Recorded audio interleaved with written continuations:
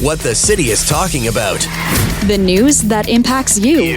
Welcome to the Montreal Now podcast. Chances are you heard Prime Minister Mark Carney's announcement yesterday made in Hamilton having to do with Canada's steel industry, what our plans are to counter U.S. tariffs, and more broadly, what the plans are going forward, not just with the U.S., but internationally. Francois Desmarais, Vice President of Trade and Industry Affairs at the Canadian Steel Producers Association, and he is on the line. Mr. Desmarais, thank you for your time today. Look, it was a rather long announcement with many, many facets to it, but I want to ask the question I think some people are asking today, which is, is the Canadian steel industry in trouble? Is it nearing collapse? Some people have suggested it is, and that's why this announcement was made. What is your take on this? No, thanks for having me. Definitely the steel industry in Canada is in a rough patch, especially with the trade war going on with the U.S. U.S. market is by far our largest market. And since President Trump raised the tariffs to 50% this past June, that means that basically the U.S. market is closed to our producers. So it's very difficult for our industry. And we're also facing not only the issue of access to the U.S. market, but also issue in our own market. We're supplying less than half the steel consumed in this country because we're facing unfair competition coming from many countries around the world. And so yesterday's announcement was very welcoming news for us because we're targeting those core challenges we're facing in our own market. So let me go back to something that I think was alluded to yesterday, what you just said now, this idea about international competition, and the term that was used was dumping. So explain, if you could, to our listeners what that means and how we were allowing this to continue to happen and what changes now based on what the Prime Minister said yesterday. Correct. So dumping happens or occur when a country or producer sell its good below the cost of production in a foreign market. So in this case, when it comes to steel, we often blame China, rightly so, because they highly subsidize their industry and they produce more than they consume. And with the extra steel that they have, they usually use it to just drown foreign markets with their cheap steel. And we definitely cannot compete against dump steel because it's below the cost of production. And what happens is that here in Canada, we import over 150,000 tons of steel on a weekly basis. So it's very difficult to track all those imports, and some of those imports are definitely coming to us with unfair trade practices or definitely being dumped here. So the measure they announced yesterday really target those by limiting the amount of steel that we're going to accept in our marketplace. Okay, so we do that as step one, and I understand part of what I heard the Prime Minister say yesterday was step two. Now, by doing that, we get Canadian industries, Canadian, users of steel to use Canadian steel. And I think people, when they heard that, so why haven't we been doing this? Is it only because it was so cheap to bring in steel from someplace else? In many regards, yes, it's the case. And again, I'm not going to blame user and consumer of steel in the country. I think that a lot of them don't realize that they are often offer dump steel. So they're buying because it's, at a good price or even below market price. So they're going to accept that. So there's a cost to that. And I think it's important to, and also show to the consumer of steel that we producer in Canada have the capability and we are producing the vast majority of the steel that we consume. So we can replace that offshore steel with Canadian-made steel. So does this move yesterday by the Prime Minister save the steel industry? What does it offer for the future of this industry in this country? Well, I don't think we're out of the woods yet, but it's several good steps in the right direction that was announced today. We're curbing imports of unfair traded steel. We're targeting overcapacity steel coming from China, and we're also giving preference for Canadian steel for our project, infrastructure project in the country. So those are several good steps. It's not over yet. We still need to improve the parameters around those policy, which we're working collaboratively with the government, but more needs to be done to protect ourselves from the onslaught of overcapacity and dumping. So I haven't talked about what, of course, this means as far as the U.S. is concerned. We've been living with these steel tariffs now for a while since Donald Trump introduced them. How significantly has that affected our steel industry already? Oh yeah, it has been catastrophic. Right from the beginning in March, when they imposed a 25% tariff on us, we saw our sales to the U.S. drop by over 30%. We lost over 1,000 jobs in the sector across the country. And then in May, our production levels in Canada dropped by 30%. That was all at a 25% tariff for the U.S. market. Now at 50% tariff, we're basically stopping all shipment to the U.S. And it's half of our production, half of our sales that goes to the U.S. or used to be going to the U.S. So it's really catastrophic for us. We're weeks away from a collapse of an industry. And I think that the federal government understood that. And that's why they took important measure yesterday to secure our own domestic market to help our industry survive this crisis. I would ask the other question. I heard some people suggest that by virtue of the Prime Minister's announcement yesterday, this will to some degree appease the Trump administration, right? Because Canada is going after China. That's something obviously the U.S. has made a prime issue as far as tariffs are concerned. Do you agree with that? Does this kind of put the U.S. more on our side? 100%. Actually, what we should celebrate right now is that the announcement yesterday, as part of the measure, the Prime Minister announced that we're targeting overcapacity from China. And the tool we're going to use to do that is a total novelty in our world. Nobody in the world is doing this. So we're going actually a step ahead of the Americans in targeting excess capacity from China. And keep in mind that the reason why the U.S. put tariffs on everybody back in March and in June is because they're concerned with overcapacity coming from China. So we're actually taking measures that no one else has ever taken, and we're setting the path to the Americans to really address overcapacity from China. And if I had to ask you just as a final question, I mean, there's no answer, no definite answer, but hypothetically, by virtue of the fact that we've taken this step and made it look good for the U.S. like we're trying, do you think that maybe gets the U.S. to ease off on the imports or the tariffs rather on our steel because of it?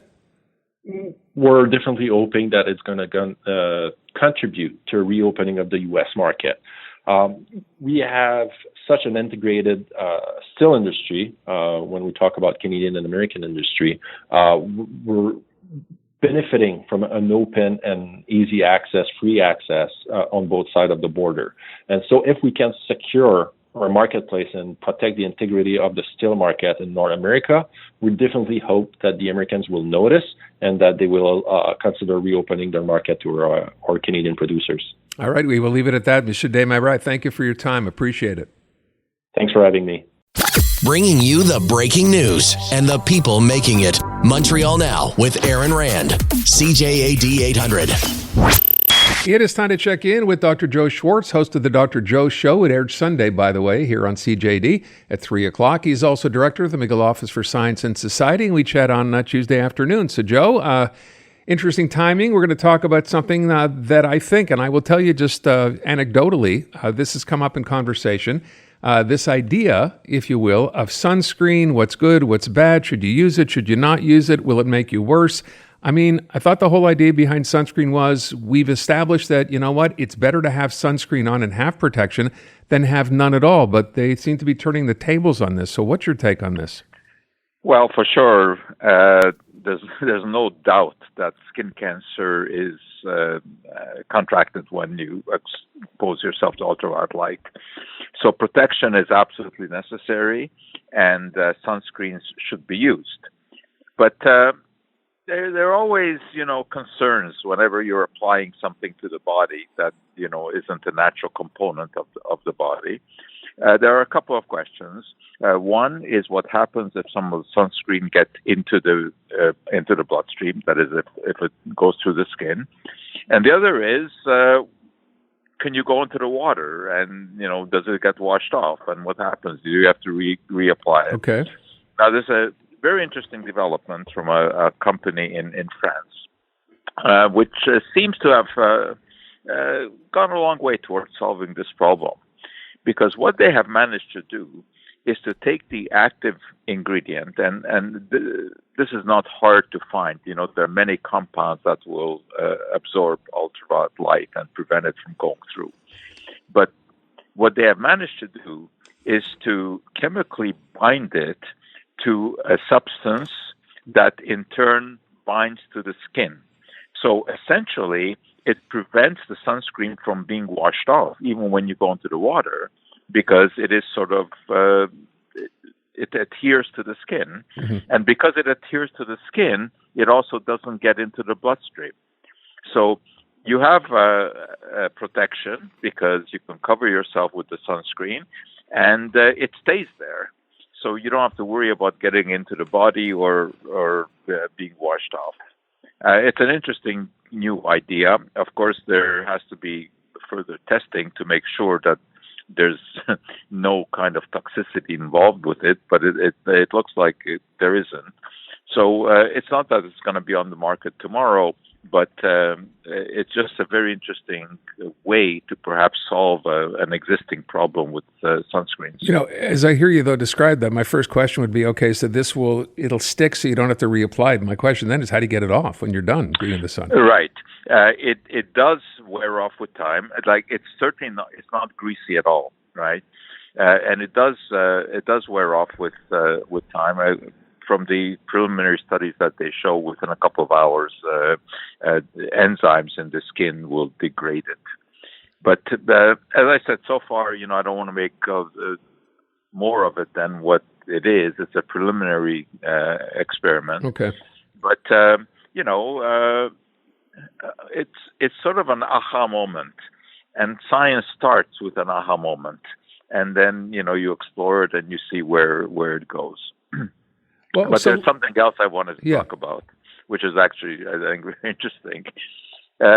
It's a letter published in a medical journal, and it is entitled "The Curious Incident of the Dog in the Bathtub." Now, it's sort of a play on words of a classic phrase used in a Sherlock Holmes story, in the story of Silver Blaze, which is one of those short Sherlock Holmes stories about the fact that the dog did nothing in the nighttime, and the dog did nothing in the nighttime, didn't bark because the criminal was known to the dog. Anyway, that's the bottom line of that story. So this curious incident of the dog in the bathtub is all about a gentleman who goes to a doctor in Britain because he's complaining of a dry cough and breathlessness. And the doctor diagnoses him as being hypersensitive to something that has gotten into his lungs. But at first they can't figure out what it could be. But then when he starts asking him about his profession, it turns out that he plays in an orchestra, and he plays a trumpet in the orchestra. So the physician already had heard about the fact that when you play a trumpet, your saliva gets into the mechanism, and that is conducive to being a food for various kinds of microbes. So they look into this, and it turns out that when they examine the instrument, they find a fungus growing inside of it, and it was being nourished by saliva. But the interesting thing is that the fungus is one that is found only in soil. So they couldn't understand how this was getting into the trumpet. And this is where the dog comes into it, because it turns out that the family had a Sunday ritual. And after their morning walk, they would wash the family dog in the bathtub and then drain the tub, refill it, and wash the instrument in the soapy water. This is what he would do every Sunday. Well, it turned out that it was the dog who was tracking the fungus that it had picked up from walking outside into the bathtub, and they had not washed the bathtub completely enough, and some of this fungus got into the trumpet. So the solution was obviously to not do that.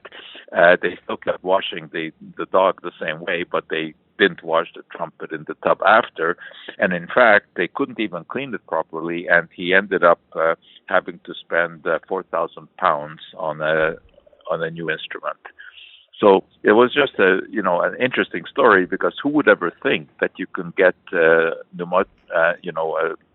sort of infection in the lungs, pneumonitis as it is called, from playing a trumpet, and the fungus got in there because they had been washing the instrument in the same water as they had washed the dog.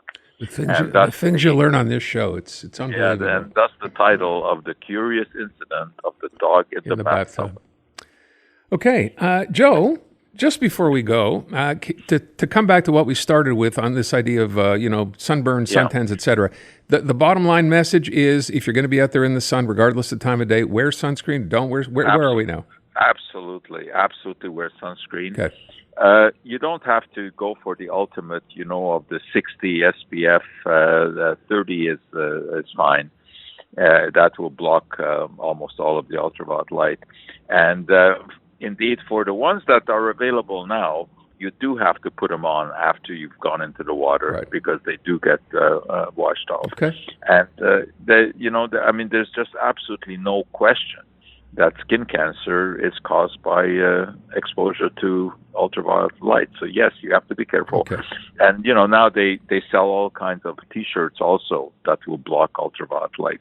Well, next week when we come back, we can talk about a post that someone showed me, my wife, that says that the sunburn can be brought on by your diet. Well, we'll save that for next week, okay?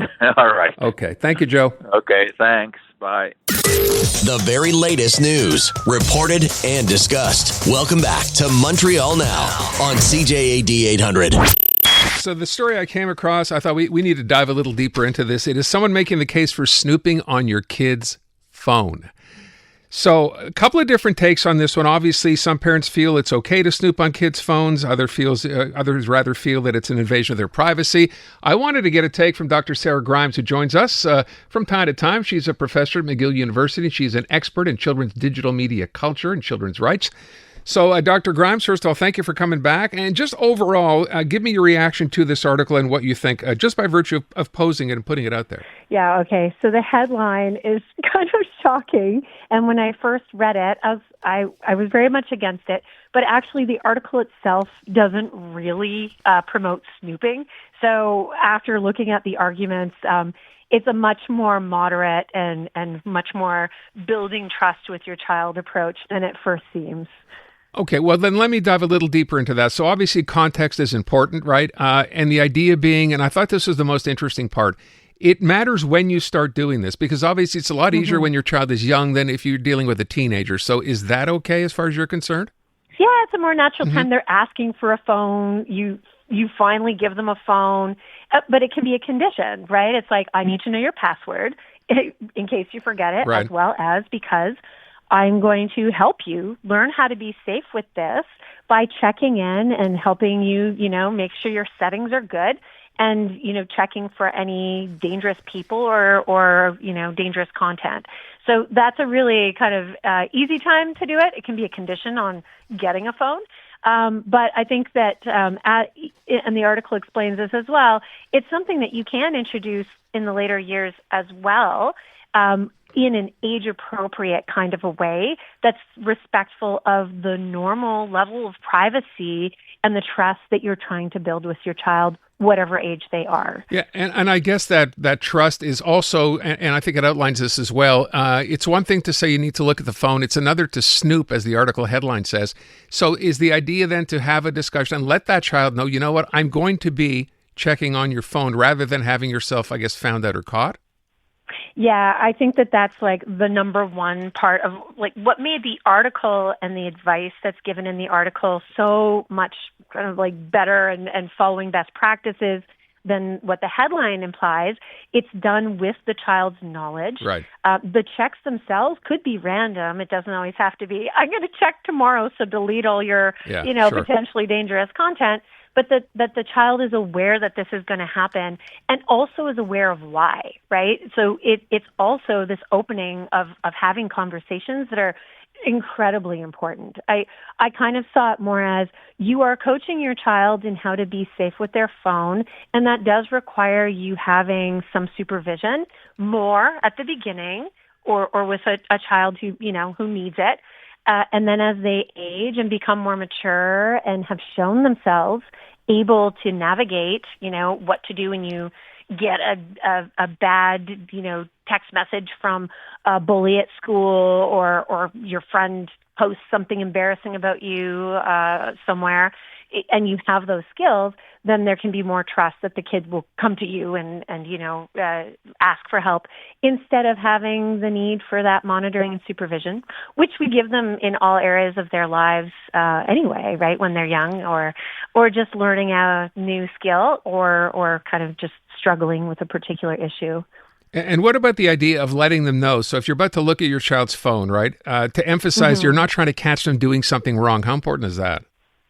Yeah, I think it's really, really key, because, for a lot of young people, the phone is where they talk to their friends. It's where they write their, poems and their notes, and they're really kind of doing a lot of identity exploration, as well as like building their relationships with others in oftentimes a way that requires a certain level of privacy. And it's not necessarily great that they're doing that on the phone.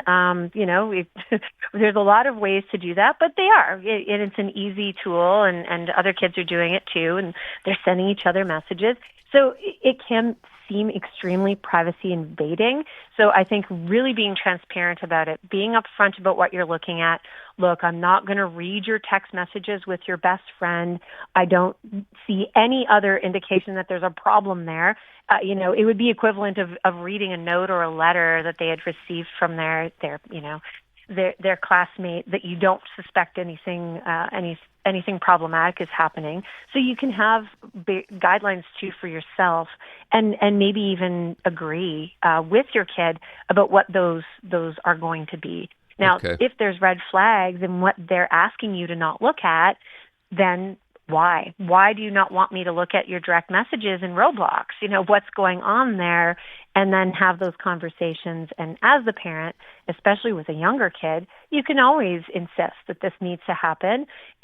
But I think having those opportunities to have conversations for the kid to express where their expectations are privacy, even if as a parent, as a family, you don't agree that a 10-year-old should have privacy in that realm, having that conversation is really important to be able to figure out how to then build it, right?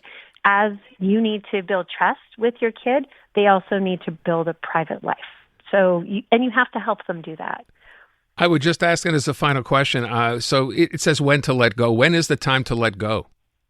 Yeah, I also agree with that part of the article, that like when, you shouldn't wait until they're 18 or 19 unless there's something really problematic going on in their lives that requires, an unusual extra amount of intervention.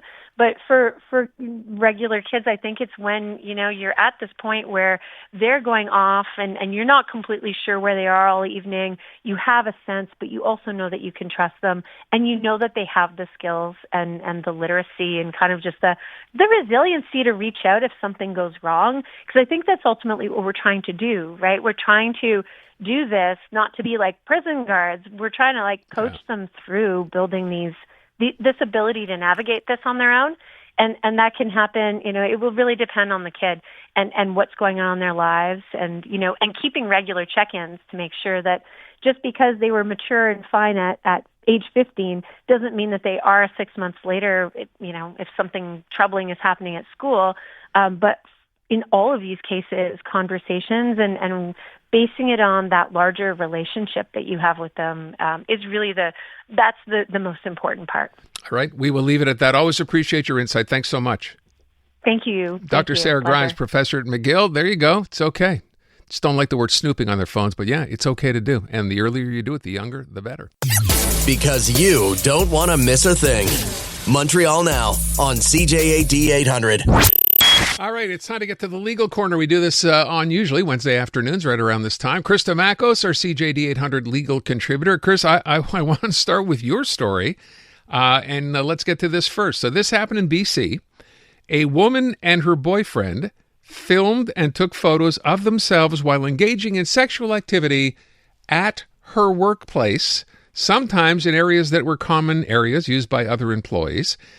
Well, you can imagine what happened when the couple broke up. Surprise, surprise. The ex-boyfriend threatened to send pictures to her employer, which he eventually apparently ended up doing. She sued in small claims court, but she did not win. Chris, what happened here? Right. So she ended up suing her ex-boyfriend basically for sharing those very private pictures and caused her emotional and moral damages. And when she went to court, it's like the equivalent of a small claims court in BC. The judge said that on a number of different scenarios, she would be successful in this case.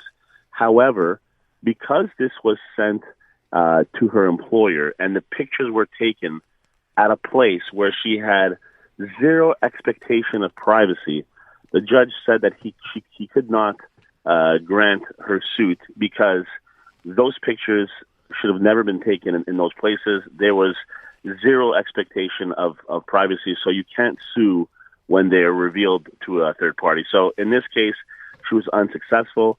I mean, it's a small claims court. It doesn't mean this, doesn't carry the same weight as a superior court judgment. But what people need to get from this is understand that if you're going to take pictures, just because you feel like they are sensitive pictures, doesn't necessarily mean that they are, they qualify as such, depending where you take them. So you should be very careful about that. Obviously, always assume that these pictures will eventually become public. So that's a good way to protect yourself. But again, just because you feel they're private and they're personal doesn't necessarily mean that if somebody shares them, they're going to be deemed the same, especially when you take them in places where they shouldn't be taken. Yeah.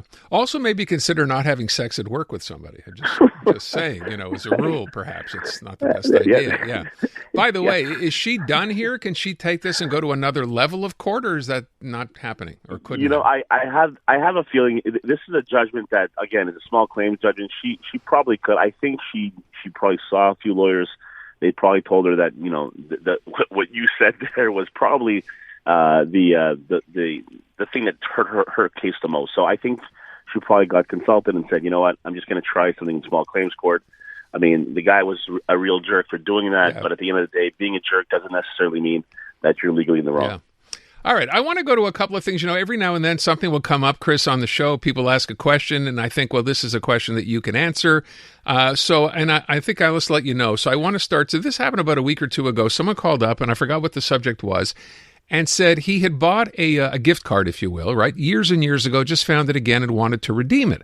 And when he called to redeem it, turns out that the gift card, which at the time cost him about $300 and covered specific services, this is at a spa, he decides to use the card and he's told, sorry, you can't get $300 worth of those services anymore because those services cost more now. And I thought, hey, $300 is $300. He should get what he signed up for. And if it was a massage or whatever, they should honor it, but they didn't. So does he have a case here?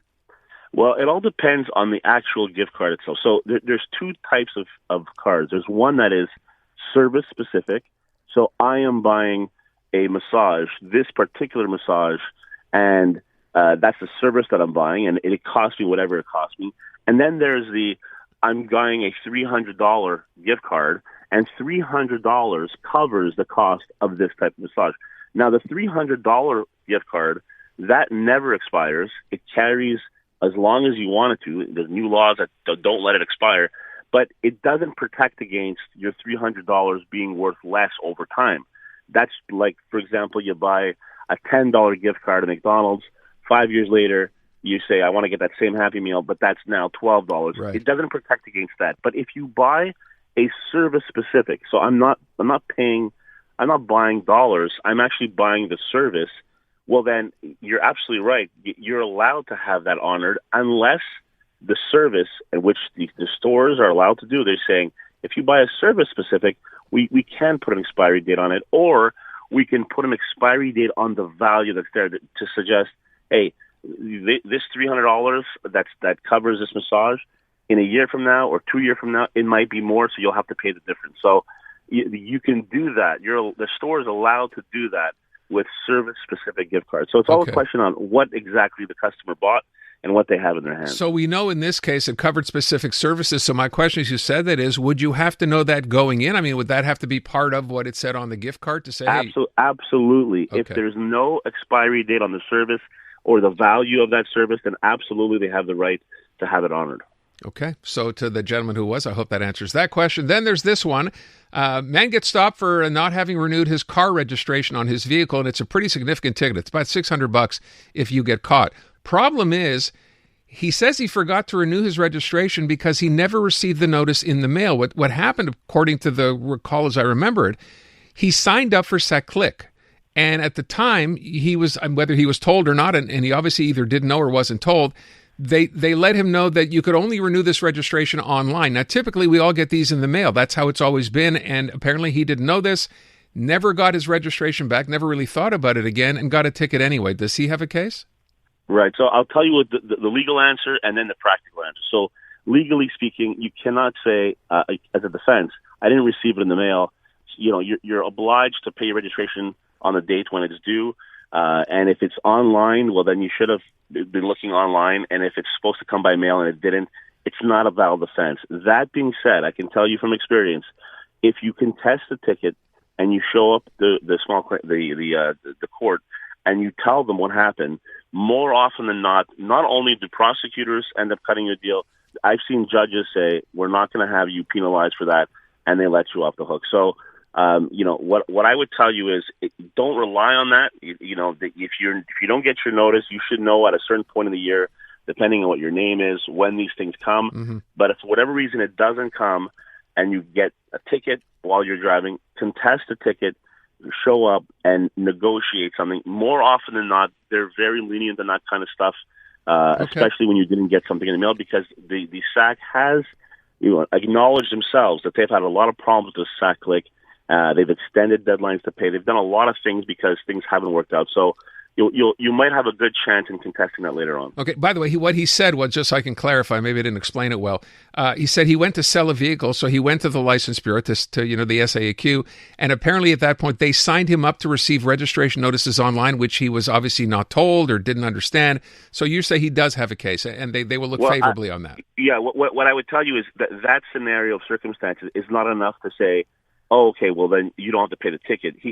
That's not enough. Okay. The fact that you weren't aware that you signed up for online, it's not enough. But it doesn't mean that you should just, pay. You should try at the very least to show up, explain your scenario, and more often than not, they do show leniency. Yeah, and $600, it's not an inconsequential ticket. Right. Even if you settle for half, it's still $300 that you saved in your pocket, so worth fighting. Exactly. Chris, thank you. Always appreciate it. Thank you. Thanks, Aaron. Bringing you the breaking news and the people making it. Montreal Now with Aaron Rand. CJAD 800. It might be fun if you haven't seen it yet. I think it's an unbelievable cover. It's the cover story, by the way, in the New York Magazine. And on the cover, a Canadian beaver, our proud Canadian beaver, looking very angry, by the way, while he is choking an American bald eagle. So the symbols of Canada, our national animals, the symbols of the U.S., and basically an article that talks about, and it's pretty in-depth, about how angry Canadians are right now and have become over Americans, specifically, of course, Donald Trump.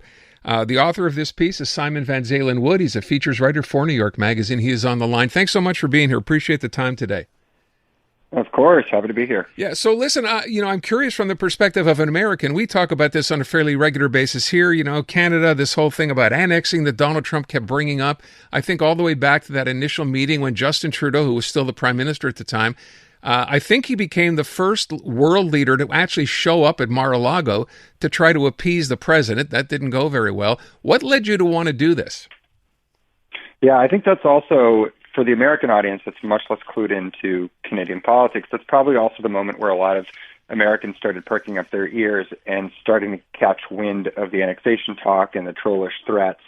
The average American probably wasn't following the election very closely, but in journalism and in politics, in the circles I run in, when Trudeau steps down amidst this new geopolitical situation between the two countries, and then Carney wins an election that is a referendum on his ability to stand up to Trump, then I started really paying attention, like this dynamic is not going away. And then the more I started looking into it, the more I realized how little I knew about the breadth of the Canadian resistance against America and the depth of the feeling of woundedness, betrayal, hurt, anger. And so once I put those things together, I realized that if I wasn't really clocking it, then our readers in America were definitely not clocking it. And so there was a kind of fascinating story for me to write for the benefit of American audience, whereas I traveled north of the border, stayed basically a month in Canada, traveling around talking to people. And it was like entering a parallel universe, or at least I knew it would be a parallel universe for our readers, who basically were kind of ignorant that this kind of quasi-nationwide reaction had occurred north of the border. You know, it's fascinating that you, beyond just writing of this as an overview, you actually took the time, as you just said, traveled through parts of this country and actually talked to people. What was your biggest surprise? If you knew so little about this going in, what surprised you the most? I think that, first of all, I mean, I think Canadians over the last 6 months have gotten used to, you know, the red crush of maple leaf insignia in the grocery store. They've gotten used to canceling and altering travel plans to the States. They've gotten used to a kind of, at least those of them who are interested in the boycott, a kind of low-level resistance and kind of personal economic protectionism that happens every day. And I managed to kind of pivot pretty quickly where, like, I'd go to the grocery store and it wouldn't faze me anymore. I'd go to the LCBO or the SAQ and I would you kind of adjust. What continually surprised me that was the feeling of the sort of the deeper feelings that transcend trade and tariffs, of hurt and betrayal and of anger. And that a lot of people said to me, look, even if, you know, God willing, Trump is gone in 3.5 years and we have President, whatever, Democrat or President J.D. Vance, like, the feeling is not leaving. I remember this bartender I was talking to while I was watching a hockey game. He was like, the trust is broken and the next election won't fix it. And he spoke for a lot of people that I'd talked to. You know, it's interesting you say that. We were talking to somebody the other day and saying maybe the Canadian position here on trade, and this is still obviously very much in the air given that August 1st deadline, but we wondered, some people suggest, I'm not calling it a conspiracy theory, but as a theory, that maybe Canada tries to drag this out as long as it can because Donald Trump will not be able to run again, assuming he doesn't change the Constitution. Let's say that doesn't happen. And therefore, the next administration, whoever that happens to be, can't possibly be as bad as this one. And the answer seems to be no, it can be bad. It could be worse. You agree with that? I don't think so. I think it can't be as bad because I think what he's doing sort of transcends trade war. I think there's a bullying instinct that even a trade hawk like J.D. Vance wouldn't share. You see this with the fentanyl tariffs. They're absurd. There's almost no fentanyl coming in from Canada compared to Mexico. You see this with the annexation talk. His latest open letter to Carney, was just totally out of the blue, you know, storming off at the G7 in Alberta. All this stuff is sort of like immature behavior, in my opinion.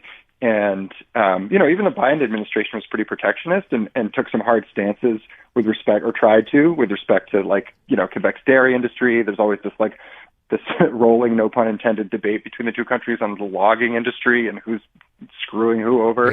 Yeah. And I think what Trump's doing on the 51st state stuff, like, however serious he is, would not be replicated even under a harsh trade hawk president. Can I go back to what you just said? This is the part none of us, when I say none of us, we've talked about this quite a few times. This idea of using fentanyl as a bit of a wedge here to say this is why we're doing this to Canada or why we're suggesting these tariffs, because fentanyl is pouring over the borders. Yet you mentioned in your article what you just said now. What is it? 16,000 pounds from Mexico and 58 pounds from Canada. I mean, yeah. How long can you get away with that? I mean, and say this is the issue that gives you those emergency powers, if you will. I think what's for me, what's really interesting, if that's the right word, is the question of motivation here. There are aspects of the geopolitics between the two countries where there's like a rational case to be made from the American case, like, you know, NATO spending. You know, there's a lot of people around the globe that said Canada doesn't spend enough on NATO.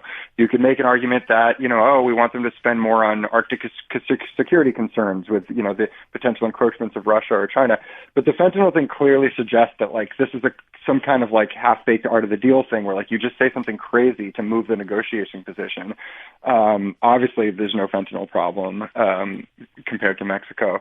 So I remember I was talking to a guy who shall remain unnamed, but he was in the Trump administration doing foreign policy previously, and I you know, he, you know, this is somebody who's sort of pretty plugged in, and I just said, "Could you help me game out the real policy case against Canada?" And he wrote me back. He texted me. He said, "To be honest, I don't think there is an intellectual case here at all." Well, that's good to know. Yeah, great. Okay. There are more people in serious foreign policy circles in and around the Trump administration who talk about Greenland than they do Canada. So, you know, for all the Peter Navarros or Robert Lighthisers who have, you know, trade issues with Canada, none of them have quite gone as far as Trump. So for better or for worse, I think it's a unique paradigm. I don't think that will make Canadians feel any better because this guy's going to be around for a while. Yeah. But I don't think it's an average Republican position even. Okay. I want to go to something else. For people who don't know, we just, we sometimes tend to focus on the present, don't really look back much. But you actually point out in your piece, and I thought this was really interesting, Simon, this Canada-U.S. situation where, Donald Trump is talking about annexation, this goes back in American history hundreds of years, this idea about invading Canada, taking over Canada. This is nothing necessarily new. Yeah, the only thing that might make Canadians feel better is that what Trump is doing now is quite mild compared to what happened in the 18th and 19th centuries. It started with George Washington and the Continental Congress when the United States had their revolution against the Redcoats. They assumed that the colonized Quebecois of New France, of former New France, would want to join their revolution against England, and they wanted Canada to be the 14th colony. And repeatedly, the Canadians, the French Canadians, and then their British overlords rebuffed the American attempts, whether those were diplomatic or military attempts. And throughout the 19th century, you saw these really aggressive expansionist efforts by the Americans, whether that was trying to sort of take over the territory up through Alaska, whether it was other parts of Canada, whether it was the War of 1812. The Americans were defeated basically at every turn militarily, and ended up not managing to annex Canada. But it was a really aggressive, and Americans always thought they could do it. They'd always say, they'll fall right into our hands. Their army's so much smaller. They have so many fewer people. And they never quite managed to do it. By the 20th century, that calmed down. But I was surprised myself to learn the history. I didn't know it. I learned it in the last few months. I was sad because they weren't teaching that to me in high school history class, this sort of zealous annexation sentiment. So actually what Trump's doing is like fairly mild compared to the old stuff. So take that for what you will. When after you finished doing this and doing putting in the legwork and the research, did it reinforce your sort of feelings about Canadians as being a polite people and being, what we always, of course, have been sort of told we are? Did you get that sense? Yes and no. I mean, I think part of the premise of the article is it takes a special kind of belligerence to piss off the friendliest people on the planet, and America's done that. So so in part, it's like no more Mr. Nice Guy.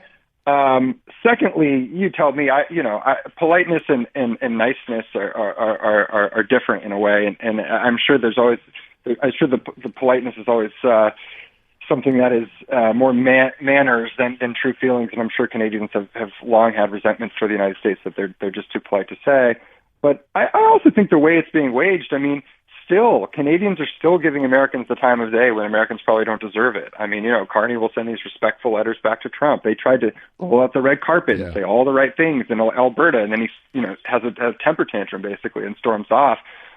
Nobody that I met, told me to go back from where I came from, whereas I heard stories of Canadian snowbirds who spent a lot of time and money in Florida getting told to go back where they come from. So I reinforce the idea that yes, there is a politeness and a respect that Canadians have, but clearly they've been pushed to the edge, and I think there are many people in Canada who may never return, and so I kind of wanted to bring that message down south of the border. Listen, I hope it opens some eyes because you're right. I think I agree off the top when you said, I don't think most Americans knew or understood what exactly was going on here. So maybe this will help. I want to ask you one last thing, Simon. After all this time that you spent here and writing and researching this piece, any thoughts on moving to Canada? TBD. Uh-huh. I think I'm better. Well, first of all, we have to see if the Canadians even want the Americans to come up soon. So let's TBD. But I had a wonderful time, and it only made me curious to explore the country more and understand it in all its diversity. So I hope you'll have me back again soon. I want to read the last paragraph here, which says in your piece, if all this sounded like a civilized way to conduct a trade war, well, that only underscores the rift. It takes a special kind of belligerence to piss off the nicest people on the planet. With friends like us, who needs enemies? And if our enemies now include Canada, we probably don't have any friends left at all, which I guess says a lot. Hey, Simon, I very much appreciate your time. And I don't know, maybe we can follow up on this a few months from now and see what kind of reaction you've had from your American readers, because I'm sure you get lots. It'll be kind of fun to break that down. Thanks so much. Sure. Call me. Bye. Take care. You bet. Call me. Simon Van Zaylen-Wood. The article is in New York Magazine. It's in the current edition. If you see the one with the Canadian beaver choking the American bald eagle, that's the one. This has been the Montreal Now podcast Listen live on your radio weekday afternoons from 2 to 6 on CJAD 800. or through the iHeartRadio app.